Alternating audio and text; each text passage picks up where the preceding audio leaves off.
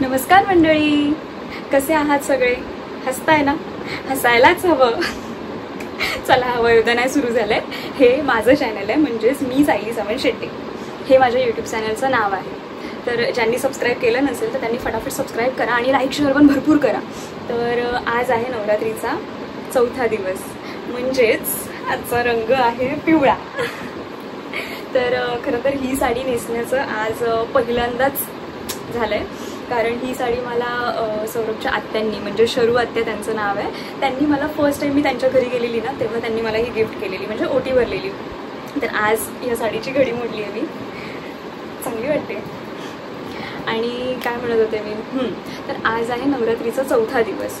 तर आजचा रंग आहे पिवळा आणि आज ज्या देवीचं पूजन केलं जातं त्या देवीचं रूप आहे कुष्मांडा. हेच आहे नवदुर्गेचे 4थे रूप, म्हणजेच कुष्मांडा देवी. तर नवरात्रीच्या 4थ्या दिवशी आपण कुष्मांडा या देवीचे पूजन करतो. या दिवशी देवीला पिवळे वस्त्र अर्पण करण्याची प्रथा आहे, कारण पिवळा रंग हा ऊर्जा, शक्ती आणि उत्साहाचे प्रतीक मानलं जातं. खरं तर सृष्टीच्या आरंभी ना पृथ्वी होती ना सूर्य होता तो फक्त अंधकार.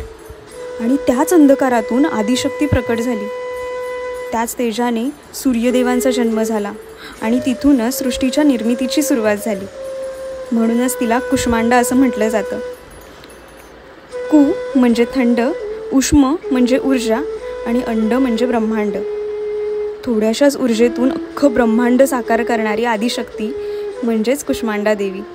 तर अशी होती ही आजची कथा, जी मला एका रीलमार्फत समजली आणि तीच मी तुमच्यापर्यंत पोहोचवण्याचा प्रयत्न केला. आता निघाले ऑफिसला आणि ऑफिसला जाताना सगळी स्टेशनवर पिवळ्या रंगामध्ये दिसत होते. काय ऑफिसला पोचल्यानंतर केला सुरू गरबा, कारण गरब्यासाठी आम्हाला वेळच नाही मिळत ऑफिसच्या कामामुळे. मग काय नाचो.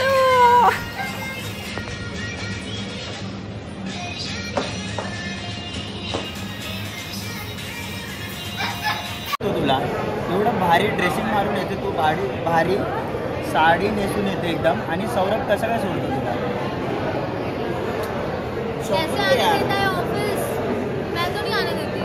चालत येते मी, त्याला काय नाही फरक पडत. त्याला काय, अरे त्याला भरपूर फरक पडत असेल.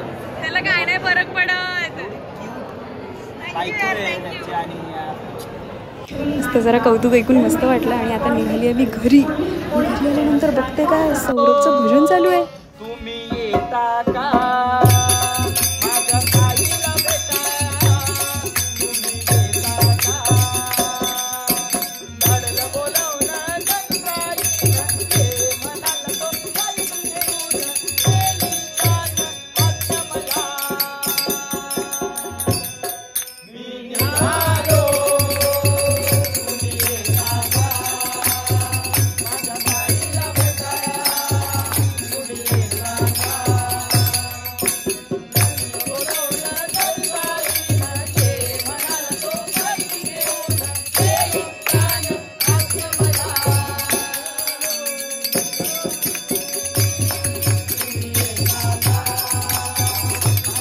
तर आता करते व्लॉगची समाप्ती.